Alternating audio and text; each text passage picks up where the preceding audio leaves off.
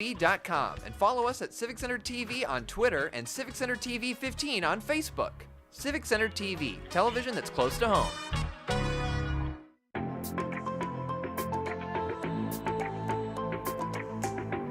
Stay tuned for the Splash Live.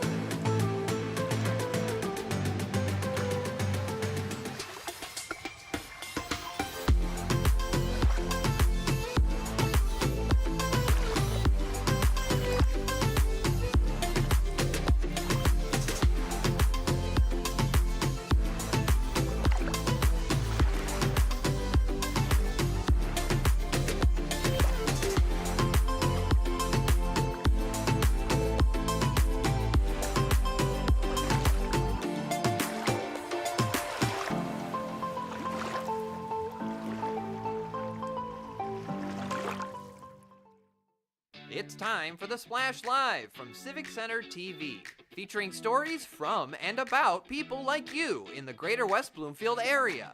Simulcast on cable, 89.3 Lakes FM, social media, and the web.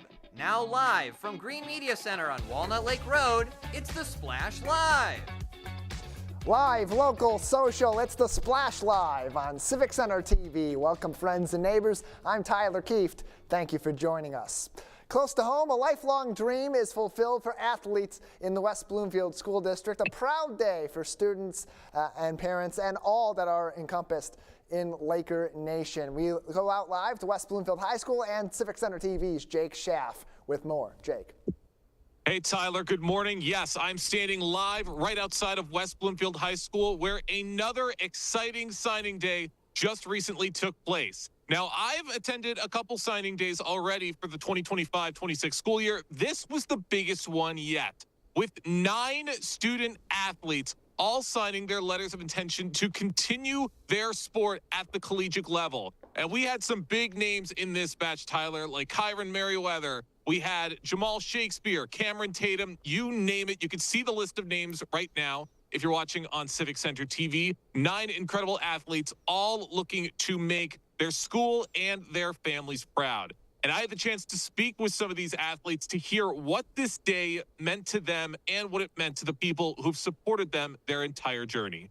It means a lot. It means you'll be a part of something important. I remember when I was younger, watching other people sign, names like Brandon Davis Swing, Cameron Flowers, watching them sign, and just hoping that would be me in the future. And for that day to finally come, it means a lot, especially signing with my other brothers, Jamal, Tank, Zeke, Joel, Willie.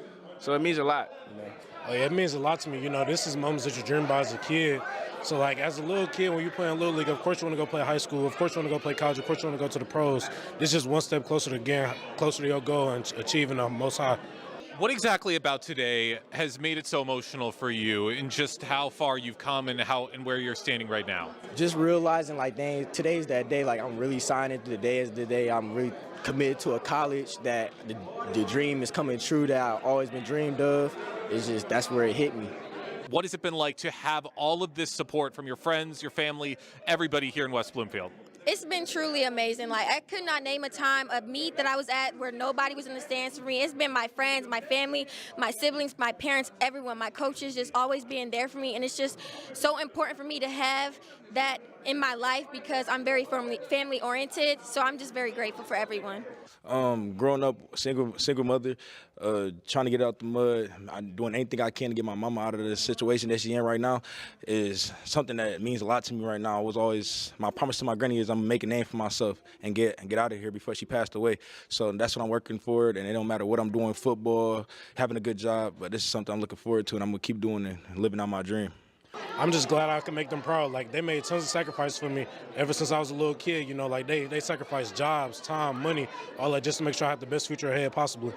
What from your time at West Bloomfield are you going to take with you to the next level? My time, I'm going to take my patience and definitely how I listen to my coaches in the next level because that's very, very important to be able to take criticism well and be able to sit there and listen to what your coaches are saying to you and take that into your next step. Playing freshman and then JV and then 2 years of varsity, you learn that there will be people before you. You know, you got to wait your turn. And when you get your turn, make it last. So that is probably what I bring with me to college. Expect a lot of tackles, a lot of celebrations, a lot of plays made, and a lot of smiles. Every single one of these journeys is going to lead to greatness, Tyler. I got a really good feeling about this batch of athletes, and I can't wait to see what they accomplish at the college level. Yeah, they're all excellent in their own individual sports. I think of someone like Cameron Tatum, who, much like her brother before on the football field, a star from the moment she hit the track at West Bloomfield High School in her freshman year. And she's been a star all throughout, going to a Big Ten school, much like her brother did on the football field, but arguably even more accomplished at West Bloomfield High School. It's something to say when your family pedigree includes state championships, Big Ten appearances, and so much notoriety. She is in that same echelon, one of the best athletes of this class of students at West Bloomfield High School, and an inspiration, as she had mentioned and others from the football team had mentioned, for that next generation of great Laker athletes. You can congratulate them on their Facebook page, the West Bloomfield School District's Facebook page at West Bloomfield Schools, or follow their sports even further on westbloomfieldathletics.com. Jake, still plenty of learning ahead for these student athletes and for others in the greater West Bloomfield community. Over at the West Bloomfield Township Public Library, they're doing a few things that may make that learning journey a little bit easier. You're absolutely right, Tyler. Study aids and hands-on models are now available with the West Bloomfield Township Public Library, providing a wide variety of learning tools and guides to help you with studying, focus, and to provide plenty of education. I spoke with Robbie Pluta, the Digital Services Library Assistant with the West Bloomfield Library, to learn more about these handy guides. So these are all available for checkout inside the library. We have a variety of different study tools across academic disciplines. You can see we have a big arm here for anatomy. We have flashcards for microbiology, history, pharmacology, chemistry. We got a chemistry building kit, so you could build molecules. We have a microscope if you wanted to look at microscopic organisms, and a bunch of slides to go with that. We got study guides for law school, so lots of different things. Wow, so a lot of very educational materials to maybe help people with studying or maybe some of their schoolwork. Exactly, yeah.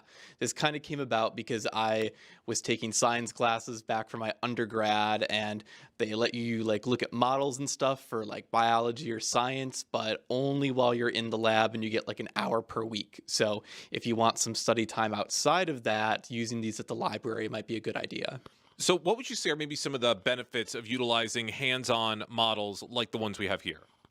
Well, in terms of academic performance, these are very similar, if not exactly, to the ones that you'd be using at least in an undergraduate level course. So it might be on the test, literally, but also because you're using it here in this public space where you have access to these materials, it's offering an opportunity for someone or students who might not be able to go out and purchase flashcards on their own or have access to these 24/7. So providing opportunity for students as well.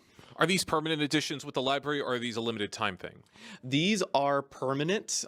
They will stay here as long as people want to keep using them. If we see a lot of interest in the collection, we definitely are thinking about expanding it as well. And I am very open to suggestions or feedback. I don't know every discipline and every subject, so if there's something for business or engineering or math that I wouldn't have thought about, I would definitely like to hear that as well. We also have focus tools as well that aren't necessarily discipline centered, but might help people who have trouble focusing. We have timers, we have fidget tools, we have sensory objects, so lots of stuff as well that we can provide for students or anyone needing help. Sounds like you got a tool for whatever people need, whenever they need it. Exactly, yeah. We want to try to think about the library as not just a place where you can go and get books, and while we have plenty of books, please check those out. We want to think about things that people need in their everyday lives that they might not be able to have access to, and as a community resource available to everyone in the community, we want to be able to provide that. Some really great resources available with the West Bloomfield Township Public Library. And like Robbie said, these materials are going to be available permanently with the library. All you have to do is go up to the desk and ask for one and ask to borrow it. And as long as you're in the library, you can borrow it as long as you'd like. So some really cool tools, Tyler, definitely going to come in hand as the months go on, especially around finals time when people are really going to be needing these handy guides. Yeah, these things make learning a little bit easier, especially for those history lessons in high school, some of those AP students at the high school level, and so many of our local students who end up going into scientific fields, especially medicine, having some of those models of the musculature and the bone structures, even the skull that they had there that you showed in that piece, that will allow people to learn a little bit more hands-on, a little more interactive, the kind of stuff you always get from the library. Jake Schaff live in West Bloomfield Township at West Bloomfield High School, where there's plenty of learning and so much more happening each and every day. Appreciate it, Jake. Thank you, Tyler. You can learn more information about the library's amenities at the main library and their West Acres branches. Just visit their website at wblib.org and follow them on Facebook and Instagram at West Bloom LIB. Winter weather can't stop outdoor recreation, but when the weather shifts from cold to warm, back and forth, your trip to the lake, the pond, or otherwise for a skate, a hockey game, or a day of ice fishing can quickly become an emergency. If it does, the West Bloomfield Fire Department will be there to save the day, and that's no easy task for them either. It requires special training for all of our firefighters here in Greater West Bloomfield. I was joined by West Bloomfield Fire Department Training Captain Jeff Letkowski for an inside scoop to take a look at what this training entails and why it's important for all of our firefighters to undergo it. Jeff, thank you for joining us. Hey, thank you for having me.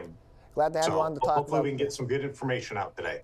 Yeah, absolutely, because not only are we going to be able to discuss some of the work that your team does to prepare for these emergency situations, but also why it's important for the people of our community to be very careful when they go out on the ice, even as the winter seems like it's back to being its usual cold self, and it's been frigid for quite a while now. You'd think with that the ice would be back to being quite solid and be very safe all across our many lakes here in Greater West Bloomfield.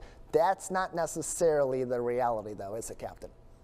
No, and that's a great point that you bring up, and it's one of the misconceptions with being safe on the ice is when you get the cold temperatures and then it heats up and melts and then it freezes again, the ice is actually not as strong as it typically was the first time that it froze.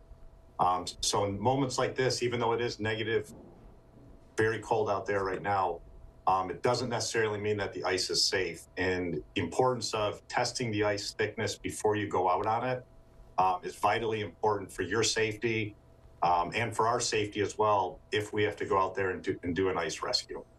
There's great information on how to test that and what are some of the parameters you're looking for on their Facebook page. Follow the West Bloomfield Fire Department on Facebook at WB Fire Department. Captain Letkowski, there's so much training to go in this. This is very much a loaded question, but when your first responders go through this training, what sort of is that process for them to learn? What will go into ice rescues on the many different lakes here in Greater West Bloomfield? Yep, so every year we go out there with all of our firefighters and we practice ice rescue training. As you know, West Bloomfield is full of beautiful lakes, streams, and ponds, really anywhere you turn. The one thing that we practice when we go out there is we have our Mustang suits, which is a dry suit that keeps us safe when we go into the water. We practice our communication. And then the old adage is, slow is smooth, smooth is fast. Anytime that we're performing, whether it's training or an ice rescue, obviously the ice has already been compromised. So it's not safe to be on. So it's really important for us to slow down, to make sure that we're keeping ourselves safe so we don't become a victim as we go out there to try to get that person or even an animal out of the ice. And so there's, as you mentioned, there's so many different scenarios that could pop up. It's not just the lakes. You think about that because they're kind of the larger scale of the waterways, but rivers and streams and other waterways in Greater West Bloomfield can also pose those hazards. So what sort of scenarios does your team simulate when you go through this ice training? Because as you said, it's not just a specific response team, it's every firefighter in your department.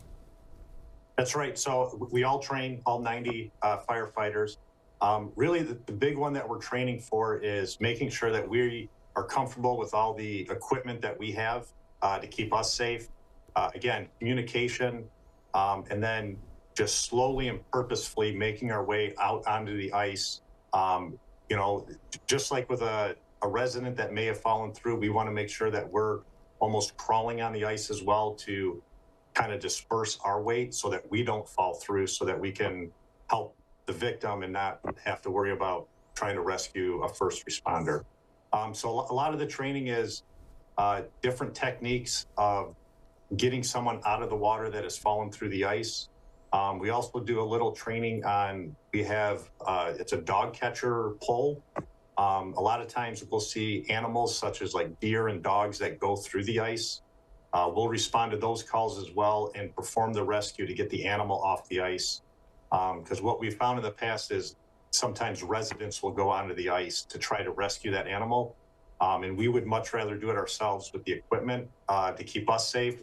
That way we're not having a secondary rescue. So if someone does witness a person falling through the ice, or they see their pet in their backyard run out onto the pond, run out onto the ice in the lake, and then they suddenly don't see them, what are those initial steps beyond calling 911 that they should take, and steps they should obviously, as you mentioned, some of them avoid? Yep, the first one, just to reiterate, call 911 immediately if you do see that. The second one is try to find something you can throw, whether it's a life jacket, a rope. What you don't want to do is to get onto the ice because, again, it's already compromised and we don't want a second victim. The best thing you could do, call 911, really get a fixed point of where you saw them go into the water. Remember exactly where it is that you were standing. So when the police and fire do show up, you can stand exactly where you were at. You can point to where you saw them last, and then we can start the rescue at that point. Captain Jeff Lithkowski is with us from the West Bloomfield Fire Department as we talk about ice safety and the training that all 90 firefighters in the West Bloomfield Fire Department undergo to complete those rescues when a call of that kind does come in. Captain Lithkowski, just got another minute with you before we need to move on. Any lasting thoughts or things that you believe would be vitally important for residents of the Greater West Bloomfield communities to know when it comes to ice safety throughout the rest of this winter? Yeah, the big one, as far as the thickness of the ice, when it may be safe to go onto it, again, it's never a guarantee. You never want to be on a lake that's frozen if it's less than 4 inches. So the old average of 4 to 6 inches, it's typically safe to walk on the ice, to go ice fishing, ice skating, things like that. Always do the measurement yourself. Just because you see someone out on the water doesn't necessarily mean that the ice is safe to go on. So make sure you're measuring it yourself. And then if you are on the ice, make sure you have some safety equipment yourself, whether it's a life jacket, a rope that you can throw. They have ice picks that you can put in your jacket so you can help climb yourself out of the ice, the water, if you do fall through. And again, always make sure you let someone know that you're going out on the ice. That way they know to look for you if you don't return.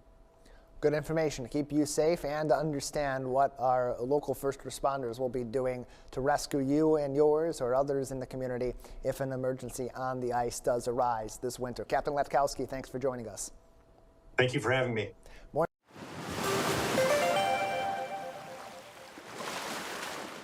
You can find more information from the West Bloomfield Fire Department about ice safety and more things you need to know this winter to keep yourself safe out in the community and, of course, in your home. Follow them on Facebook at WB Fire Department. The bitter cold in Greater West Bloomfield is brutal for you and I, and with the cold and snow back in the forecast in the days ahead after a little bit of a break, it's equally challenging for our non-human neighbors as well to navigate these shifting weather patterns. Wildlife, one of the greatest attractions to our community, is heavily affected by Mother Nature's fickle weather wonders just as much as you and I are. I learned about the specifics in a recent conversation that I had with West Bloomfield Park's naturalist supervisor, Lauren Ozuri, right here on the Splash Live. Lauren, thanks for coming on the show today. Thanks for having me. Glad to have you on to talk about this because so much of the conversation recently with the fluctuations in weather and especially those cold temperatures like we may be feeling today and certainly have felt so far in January, they don't just affect us, they affect our wildlife, those animals that are outside in our community each and every day. A little bit different than us, but what are some of the ways that they're affected when the weather goes from seasonally cold to absolutely frigid? It really depends on the species because all of them handle and take care of winter in different ways and have special adaptations. So I do want to start with making sure that it's clear that animals do have really great adaptations for this extreme weather, but maybe not this extreme weather. So a few animals that might start to struggle, for instance, are our Virginia opossums. I know that they're not everyone's favorite animal, but we really all should love them because they take care of a lot of our tick population. But the Virginia opossums are really susceptible to frostbite when these wind chills get so high because they have bare skins. So their tails are unique with not much fur cover, their paws, and then and their nose as well. So that's one species that you would think would be just fine, but actually when it gets a little bit extreme is a little bit more affected. Some of our frogs and things like that are deep down under the water and are bruminating, which is the amphibian version of hibernation, do okay. It's when what happens is when it got hot, 52 degrees, if we could all think back just a few weeks ago when all the snow melted before it all came back again, that's when species like that start to struggle. So it really just depends on the species and the conditions. It varies for all different wildlife. What are some of the ways that their behavior may change when they are negatively affected, either by, as you said, that really unusual frigid cold that we sometimes get in winter and seems more often this one than ever before, or in those other cases, the other swinging of the pendulum toward unseasonably warm weather? Does their behavior change in ways that we may notice? Yes. So they conserve energy. They're just very, very conscious of conserving their energy. Food is scarce. They don't want to leave the safety of their den or the snow mound that they might be keeping warm and away from the wind chill. So they're not moving as much. So just because you see an animal that is not moving does not mean that it might be hurt or that it might need our assistance. It might just be conserving energy. Especially like our frogs and amphibians and things like that you see under the ice, they don't move at all. They are in full-on rumination, conserve all your energy mode until spring comes. But even our furry mammals that we are used to seeing in the snow, when it gets this frigid, they're just conserving energy as best as possible, and that means moving less and less. So basically, a lot of people will get phone calls that are concerned because this animal's in their backyard, hunkered down and hasn't moved. That's more than likely a good thing for them.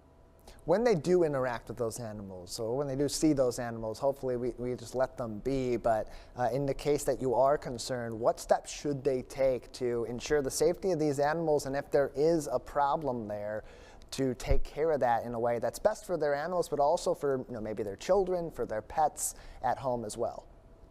Yeah, absolutely. We always want to look out for our wildlife friends, but often the common misconception is that things that we think we should do actually do more harm. So offering them food and water might not be the right thing to do in that point in time.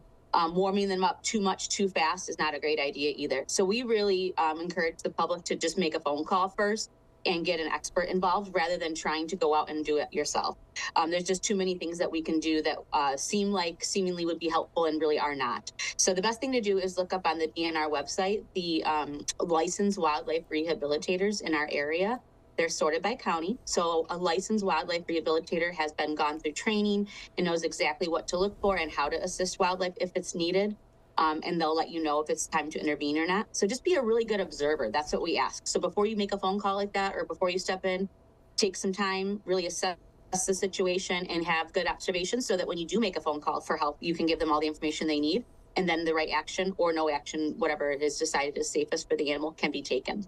That website, michigan.gov/DNR, you'll be able to search what you need there to get in contact with the DNR's local branches so that they can help you with this information. And of course, if you have questions during the week, the West Bloomfield Parks naturalist staff is there as well. They can direct you to those resources. If you can't remember, michigan.gov/DNR. A lot of websites we got to remember, but these can be important for our local wildlife. Lauren Azuri is with us on the Splash Live, West Bloomfield Parks naturalist supervisor, as we discuss how the weather patterns that are heavily affecting our day-to-day lives lately here in this Michigan winter may also be affecting our local wildlife. Lauren, during this winter season, what are some of the more typical behaviors that we see from our local wildlife that may be beneficial to our ecosystem as we transition eventually out of winter and into the spring and summer?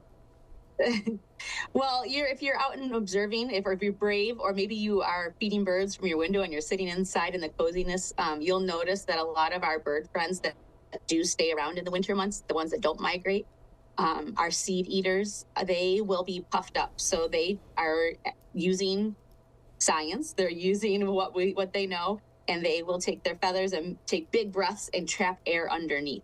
It's why humans actually purchase down coats. It's why down comforters are so warm for us, because along with the feathers, it traps air, which is a second layer of insulation. So if you see any of those birds out there all puffed up, that's what they're doing. So keep an eye out for that.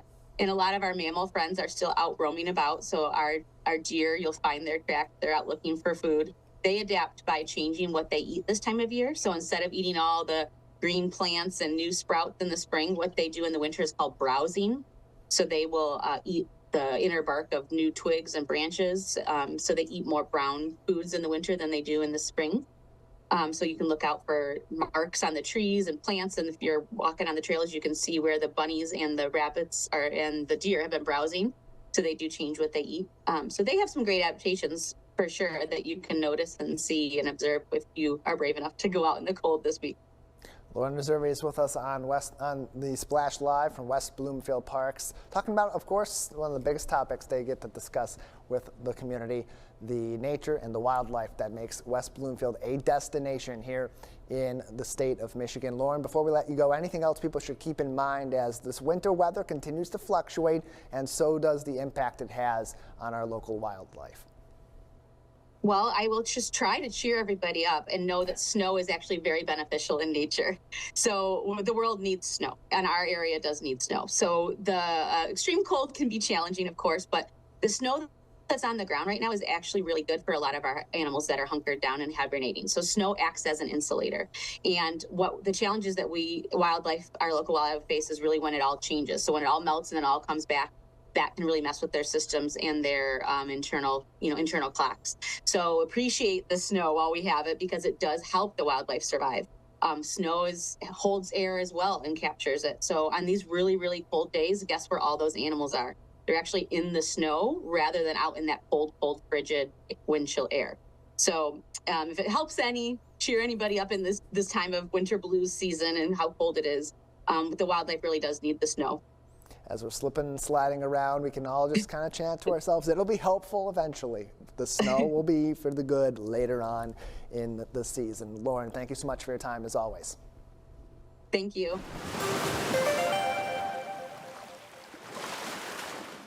Always appreciate having Lauren Missouri on the program to give us the latest insight on our wildlife here in Greater West Bloomfield. It has such a unique experience with all of our different wetlands and woodlands. And as we experience a quite unique winter season in Greater West Bloomfield, so do they as well. More information, follow West Bloomfield Parks on Facebook at WB Parks or visit their website at wbparks.org.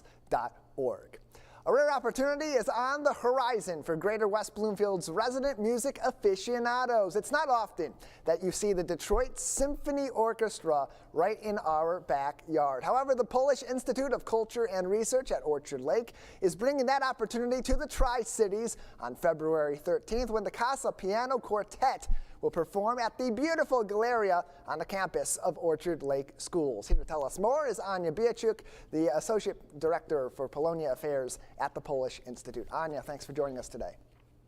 Thanks for having me, Tyler. Happy to have you on as these members of the Detroit Symphony Orchestra are set to perform right here in the city of Orchard Lake Village. Give us a little bit of the backstory of how this all came together in our community. Honestly, we're so excited. As we've been developing programming at the Polish Institute, we've really wanted to create an environment that was welcoming for artists, for performers alike.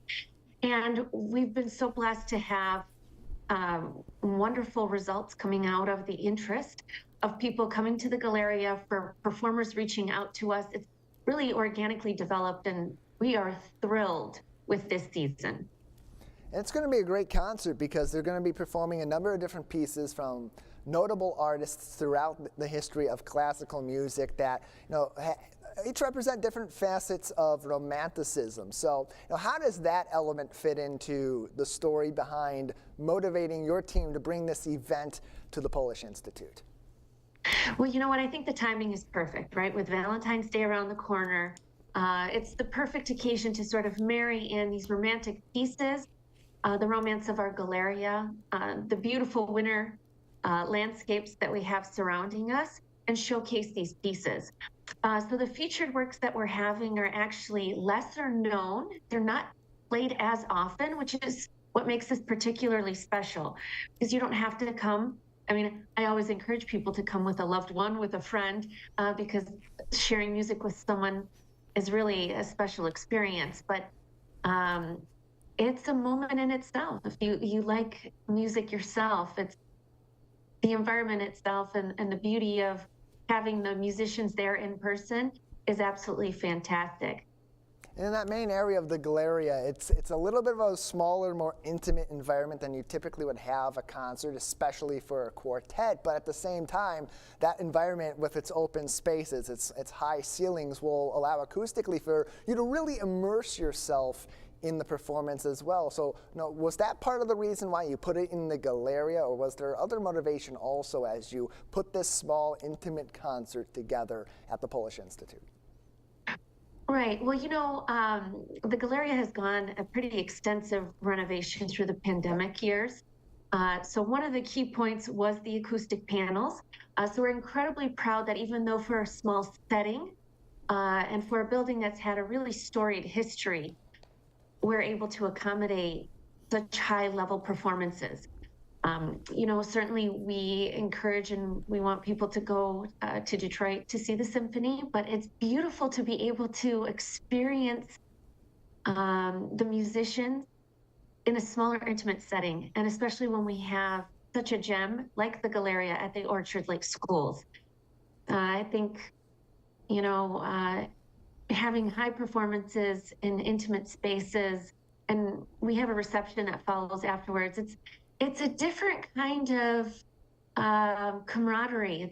It's a really special and unique experience, and we continue to give these kinds of experiences, and we're thrilled with the individuals who are coming to see us. So tickets are selling well. There's a few left, so I encourage individuals who are interested, who have been sort of waiting to pounce on these tickets, to move quickly, because it will be sold out. Yeah, it's going to be on Friday, February 13th at the Galeria at Orchard Lake Schools right here in our community. As Anya said, tickets are going quickly and there's only a few left. They're on sale, $20 for kids and students, $30 in advance for adults as well. Very unlikely, as you're seeing on your screen, you're going to have that option for $40 at the door. These tickets will be gone very, very shortly. Anya, the excitement behind this is palpable, as you said. If those tickets are going this quickly, it means people want to attend this concert. Any plans in the future to bring more of these unique artists like those that are involved in the Detroit Symphony Orchestra to your campus? Yes, we certainly always have ongoing conversations. We have a few surprises coming in the fall, as well as some exciting plans for the upcoming season of 2026-27. But I really encourage people to engage in this year's season. We've had remarkable results. We have a few very exciting events coming up that are not musically inclined, just because we do have a wonderful collection of not only musical performances and artists, but we have art exhibitions. We have a fashion show that's coming up. It's our biannual event that's coming up on March 7th, as well as our pisanki workshops, which is the traditional egg decorating for the Easter season on March 21st. Yeah, it's all a lot of different events that help to bring people not only to learn about Polish culture as it relates to our community here in West Bloomfield, Orchard Lake, Sylvan Lake, Eagle Harbor, and Greater West Bloomfield, but also the extensive Polish community in southeastern Michigan and in Metro Detroit, and stuff like this that helps people connect with different elements of culture. It brings them closer to the community that they're in here while also connecting back to Poland itself. How does music factor in to making those connections? You know what? I think music and art are universal components. So it doesn't matter if you're Polish or you have any particular ties, because the essence of music and art itself unites all of us, regardless of what our background is or what our experiences are. And that's, I found in our experience here at the Polish Institute, a unique way of opening up the conversation for individuals who are learning to learn more about their culture or culture in general. The Institute has really become a cultural center, and we welcome people not only from Southeast Michigan, truthfully from all around the state. And we're incredibly proud of that, and we're thankful for the partnerships that we've been able to achieve and to maintain throughout Michigan and abroad as well.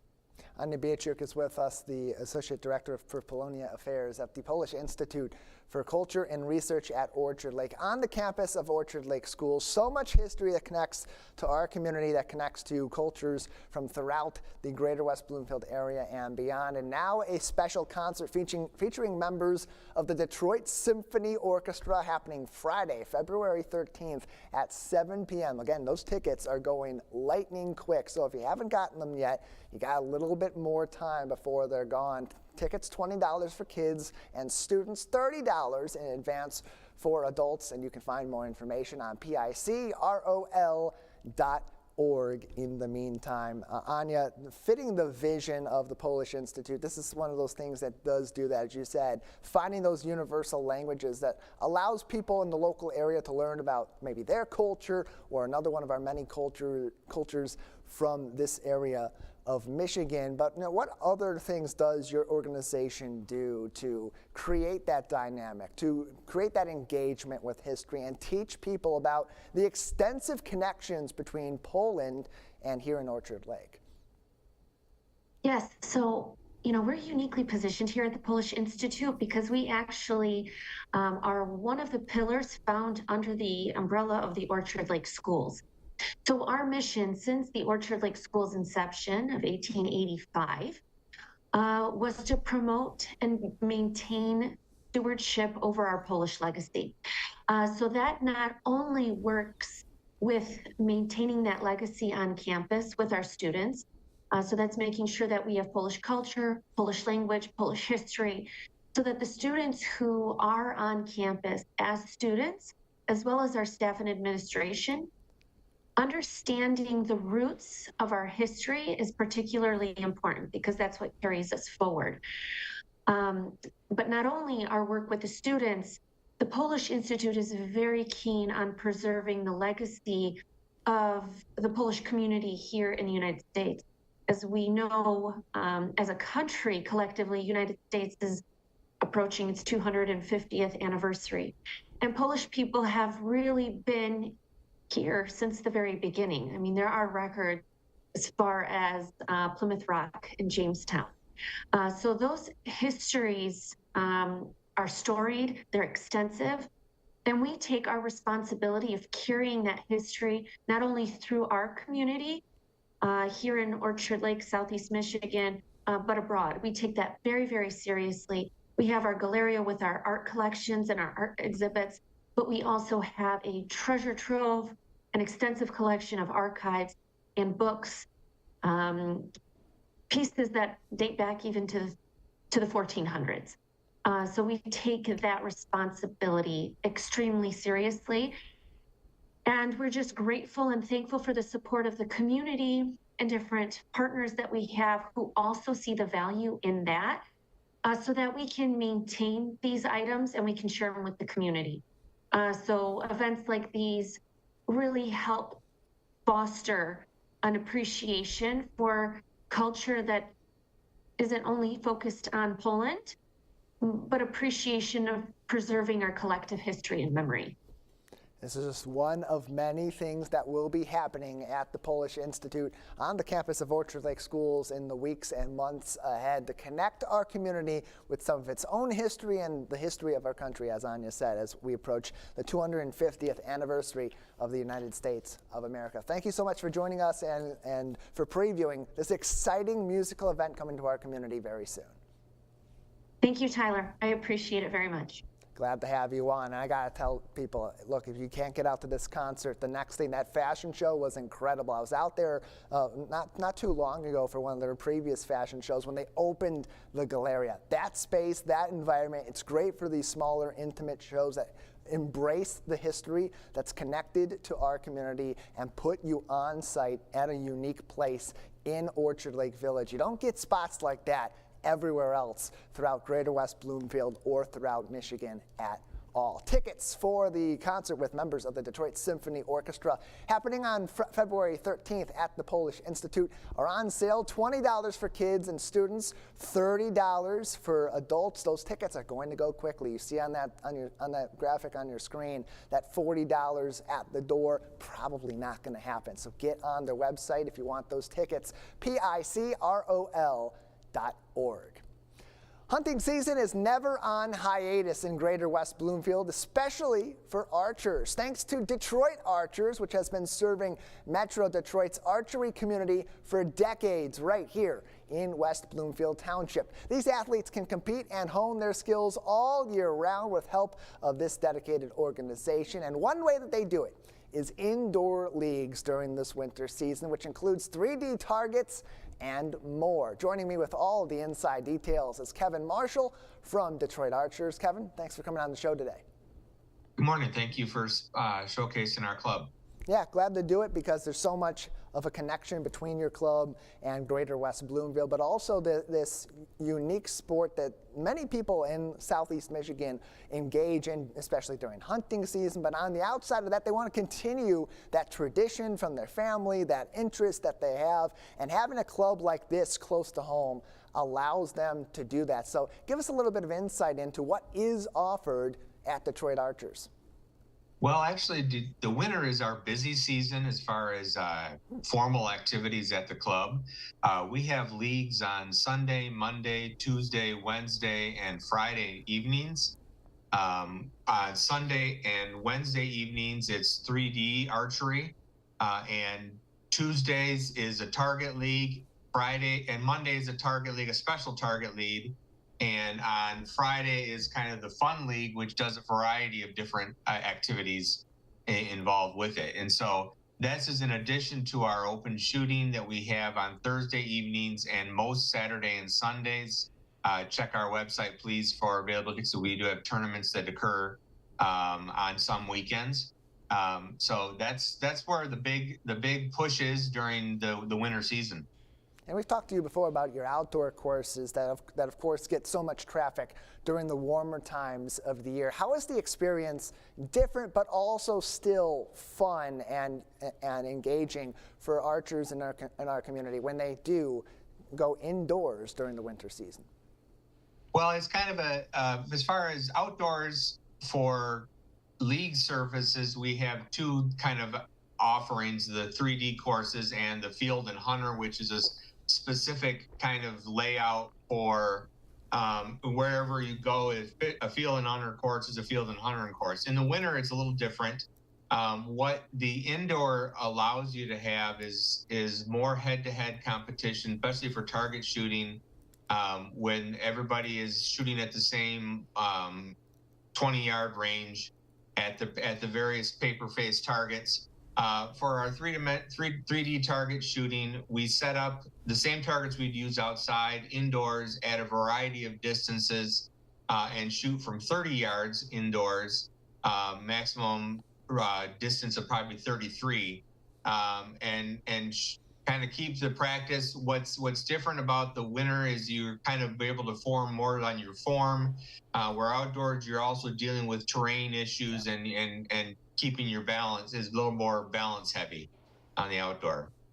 And so those indoor leagues, do they vary between different skill levels for people or maybe interest levels? Are there some that are more competitive and others that are more for the casual archer? Well, I think they're all, they could be for any age group and experience group. What the leagues generally do is you handicap your scores so that when you're competing against a more seasoned shooter or a more experienced shooter, you would get handicap points to help kind of even out the playing field. Typically, it's actually harder for the more advanced shooters to win a league than it is for someone who is less experienced, because you don't have any room for error. And a person who's newer over the season will improve a lot more over the time and score more points than would a more seasoned archer. So it's open for everybody. In any kind, and all of our leagues are open to guest shooters. You don't actually have to join the league to come shoot a particular week if you just want to try it out. Detroit Archers is hosting these indoor leagues all throughout the winter season. You can find more information on DetroitArchers.com. You can also follow them on Facebook at Detroit Archers Inc. That's Detroit Archers INC. Kevin Marshall is the Secretary of Detroit Archers, joining us on today's edition of the Splash Live to talk about these indoor leagues and other opportunities. But beyond that, what this does, like anybody that's in a bowling league or a recreational sports league for basketball or baseball over the season or any other sport, it creates a sense of community. What is that community like at Detroit Archers, especially for the indoor season where people are looking for something to do that gets them out of the house and gets them into their community? Well, once you get into a league and join a league, you'll see the same people week after week, and you form a bond and friendship with them, and you get the kind of camaraderie and competition that comes along with shooting archery. And it keeps you in your form and in your shape and in your focus. It helps you with balancing and gets you, like you say, out of the house and maybe a little away from your seasonal affective disorder issues where we don't get sunlight. At least you're out and about and enjoying something you love.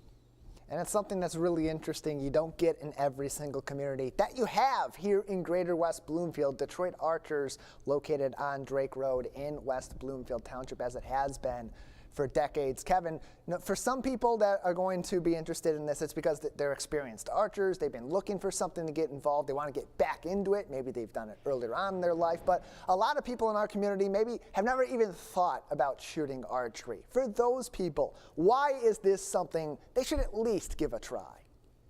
Well, I think it's a sport that you compete against yourself for the most part, and it's a sport that you don't have to be in pristine physical condition. I know I certainly am not.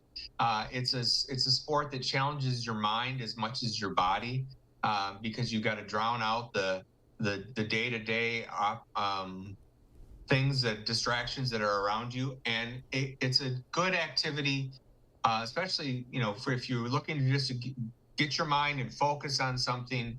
That target is something that really helps kind of clear out the fog.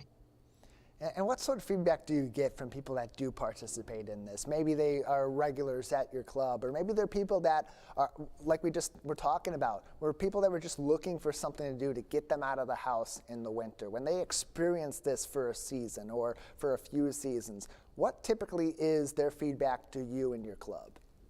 Well, usually if we get people who come to open shooting or to our Saturday archery programs or come to a league and participate in the league as a non-member, what it really ends up showing is a lot of times they join the club and become members because it gives them access to a little bit of discounts and free shooting and free access to the club.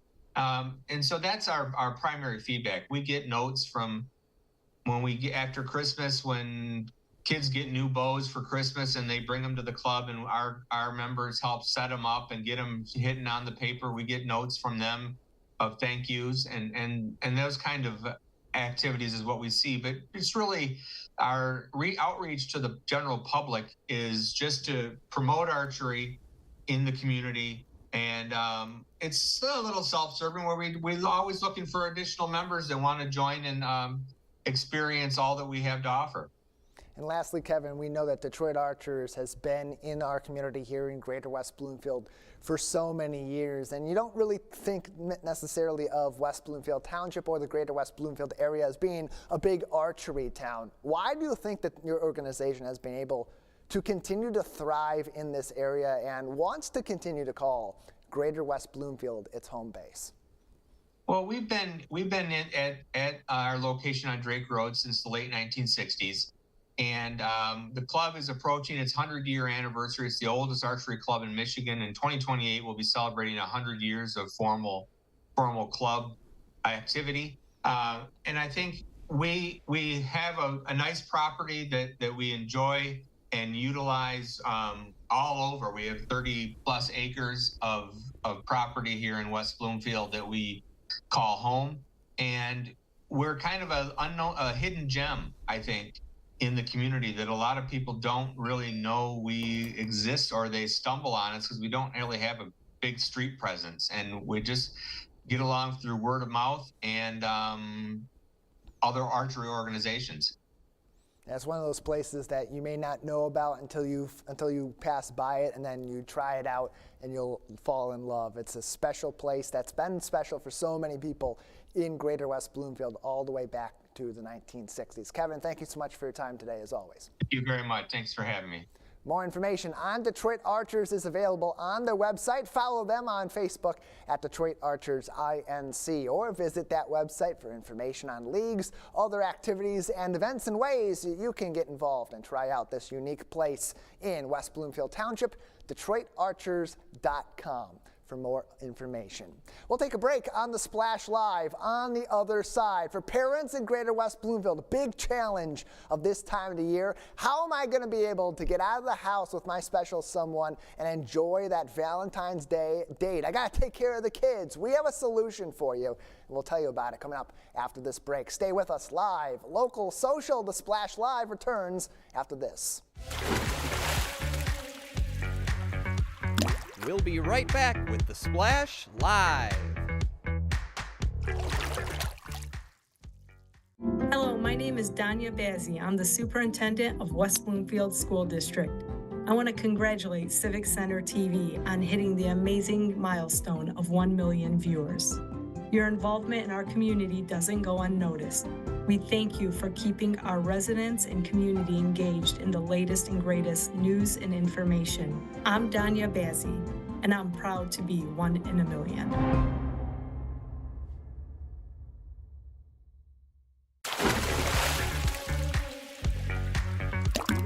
And now, back to the Splash Live.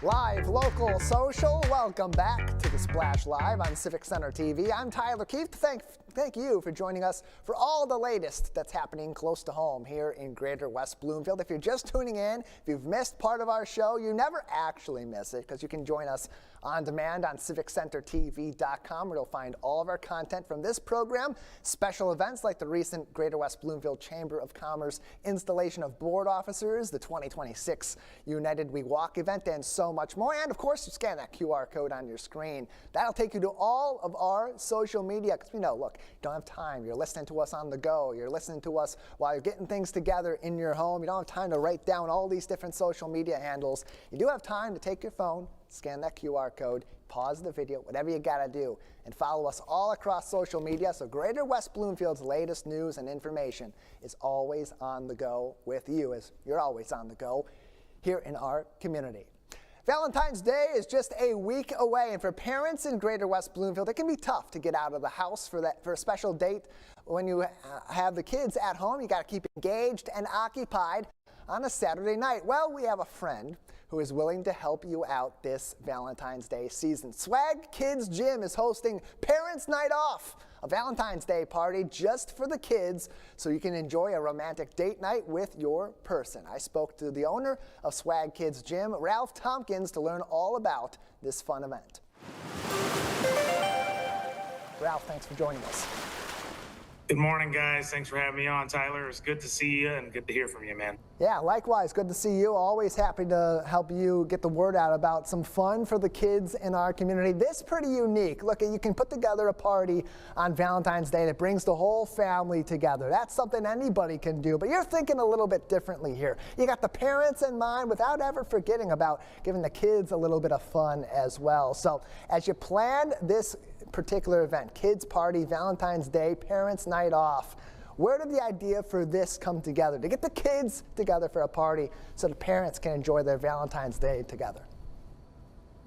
You know, Tyler, we've been doing a lot of events just in general. And, the biggest inspiration comes from our New Year's Eve party that we do annually. So looking ahead in the calendar, we always want to really give as many opportunities as we can to all of our families to participate within swag, whether that's with classes, events, or really anything that we do. So we really zeroed in on the calendar. We saw Valentine's Day just literally happened to fall on a Saturday.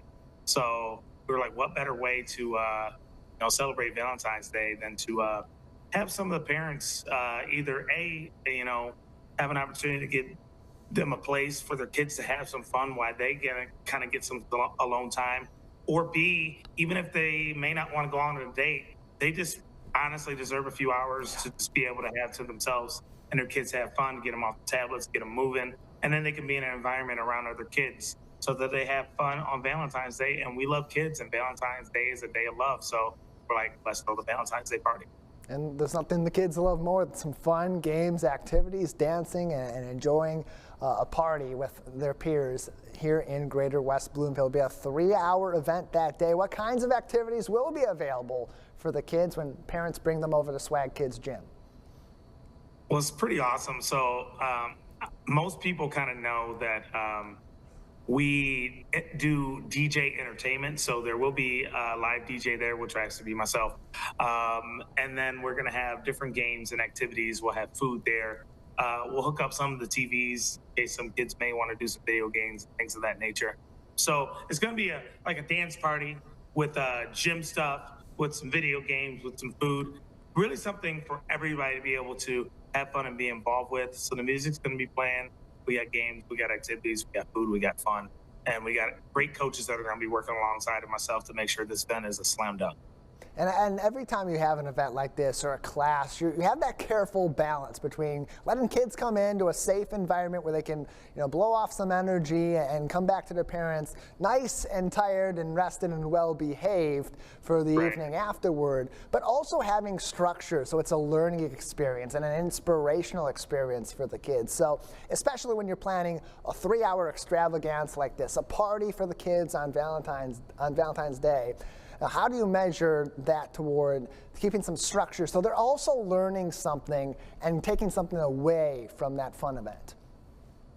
Yeah, that's a great question. So I think the biggest thing at the end of the day for us is, like you said, with the structure being in place, we want to provide these kids really an opportunity to give them something to pay attention to, get them something inspired to. And the good thing about our gym and all the events that we do, with so many different options that we have within our party, not only within the structured music part and the structured gym part, but we do also have just different opportunities for these guys to literally kind of go within their own space and get comfortable within the atmosphere. Because, for some kids, they really do love being at home. So we recognize that this atmosphere does take a little while sometimes for some kids to warm up to. So giving that fine balance of providing some structure and activities, but also just letting them watch, observe, learn, and just really kind of get into the flow on their own is something that's super important to us.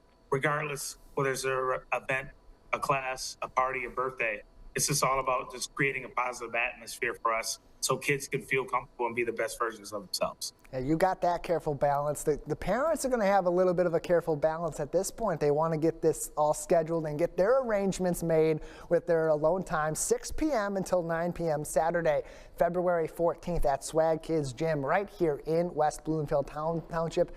Ralph Tompkins, the owner of Swag Kids Gym, is joining us today on the Splash Live for the preview. How many kids can attend this party? What's the capacity looking like? How can parents make sure their kids can attend on that Valentine's Day evening?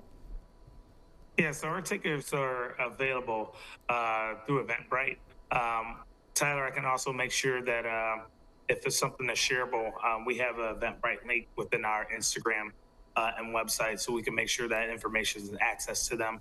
As far as capacity, generally speaking, we'd like to have at least up to 30 to 40 kids. That's probably something that's a comfortable range, especially on a Saturday, just to make sure the environment is super safe and our coaches can essentially watch after their kids with great care without it being too overwhelming for the kids or the coaches. So Eventbrite does have the tickets that can be accessed through our Instagram link in bio as well. Tickets are on sale pretty much all the way up into an hour before tip-off. There are also tickets available at the door pending availability as well. So we're super excited to have, the kids. And this also, too, all ages are welcome. So even if a parent wanted to literally just spend time with their kid at the gym and they're kind of younger, all ages are welcome. We certainly invite parents and guardians to experience that just in case they literally just want to spend that time with their kid, and they have every right to. So it's welcome to all ages, certain ages with the state of guard. I'm not a parent, Ralph, but if I was, I'd want to be there and play on some of the obstacle courses with my kid and have that fun. That sounds like a real good time, and parents can get involved. Instagram.com, follow Swag Kids Gym, pretty easy, at Swag Kids Gym on Instagram. You'll have their link tree there, which will bring you to their Eventbrite page for this and other events in the future. Ralph, how does this fit into that vision for what you plan to do in the future at Swag Kids Gym and what you're doing every day? We got about 1 minute left with you. Yeah, so anytime for us, our vision is to be able to be a really awesome and inclusive gym for everybody. So throwing events like that, like this, and throughout the year, welcoming people into open gym, classes, birthday parties, all kind of events. The vision is to literally be a positive influence in the community through exercise and basically positive reinforcement through complimenting these kids and these parents on how great they're doing and being the best version of themselves. So this fits right in with us, just literally opening up our doors and giving everybody the opportunity that hasn't experienced swag or has experienced swag. Come on in, have a positive experience, and just be welcome at the end. There's this one person that knows how to combine activity with fun and education for your kids. That's Ralph Tompkins from our friends over at Swag Kids Gym. Ralph, thanks as always for joining us. Tyler, appreciate you, man. Going to be a fun Saturday night on Valentine's Day over at Swag Kids Gym for the kids, which allows the parents to go out and have a nice calm evening away from the hustle and bustle of being a parent 7 days a week. You can learn more about that special party at Swag Kids Gym on their website, swagkidsgym.com. That's our show. I want to remind you that television that's close to home is always online on civiccentertv.com and all across our social media. Big thank you to our entire crew for making the magic happen behind the scenes, and here's to you for being part of today's adventure along with us. For our entire team, I'm Tyler Kieft. Live, local, social. It's The Splash Live on Civic Center TV.